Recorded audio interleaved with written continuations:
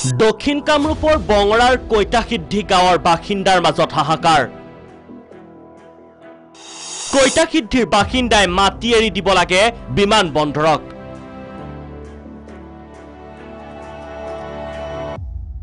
বিমান বন্দৰ সম্প্ৰসাৰণৰ বাবে প্ৰয়োজনীয় হোৱা ভূমি বিচাৰি ইতিমধ্যে কৈতাসিদ্ধিবাসীলৈ চৰকাৰে প্ৰেৰণ কৰিছে জাননী। ৰাজহ চক্ৰ বিষয়াৰ জাননী ৰাত্ৰাদাৰলৈ, কৈতাসিদ্ধিৰ ৫৪টা পৰিয়াললৈ জাননী। চৰকাৰী জাননী পোৱাৰ পিছতে হাহাকাৰ বঙৰা মৌজাৰ কৈতাসিদ্ধি গাঁৱৰ বাসিন্দাৰ। মাটি এৰি নিদিয়াৰ হুংকাৰ গাঁওবাসীৰ। বৰঝাৰ এয়াৰপৰ্টৰ নামত যেটো আদানী গ্ৰুপে লোৱাৰ পিছত এতিয়া আমাৰ এই ঘৰ মাটি লোৱাৰ কাৰণে চৰকাৰে আমাক জাননী প্ৰেৰণ কৰিছে আৰু এই জাননীবিলাক আমাক প্ৰেৰণ কৰাৰ লগে লগে আমি হতচকিত হৈ উঠিছো।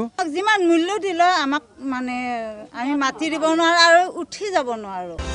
চৰকাৰৰ বিৰুদ্ধে প্ৰবঞ্চনাৰ অভিযোগ। 2018 চনৰ 3 আগষ্টত আমাৰ কামৰূপ জিলাৰ উপায়ুক্তৰ লগত আলোচনা হৈছিল। আমাৰ গাঁৱৰ প্ৰতিনিধি, আপোনাৰ ফৰেষ্ট অফিচৰ প্ৰতিনিধি আছিল, পুলিচ প্ৰশাসনৰ আছিল, কামৰূপ জিলাৰ উপায়ুক্ত আছিল। এনেকৈ তেখেতসকলৰ লগত আমাৰ 2018 চনৰ 3 আগষ্টত মিটিং হৈছিল আৰু তেখেতসকলে কৈছে যে আপোনালোকে গছটো দিয়ক, ঘৰ মাটি বাৰী দিব নালাগে।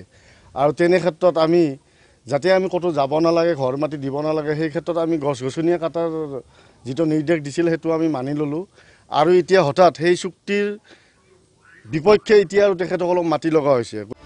বিভিন্ন সময়ত বিমান বন্দৰ কৰ্তৃপক্ষক মাটি এৰি দিবলগীয়া হৈ অহা কৈতাসিদ্ধিবাসীৰ সিদ্ধান্ত যে মাটি তেখেতসকলক দিব নোৱাৰোঁ, যদি প্ৰয়োজন হয় আমি মৃত্যুক আঁকোৱালি ল'ম, তথাপিতো আমি মাটি বাৰী নিদিম। আৰু সেই ক্ষেত্ৰত আমি সমূহ ৰাইজে আলোচনা কৰি হঠাৎ তেখেতসকলৰ নটিচটো লোৱা আমি বন্ধ কৰিছোঁ। জৰীপ কাৰ্য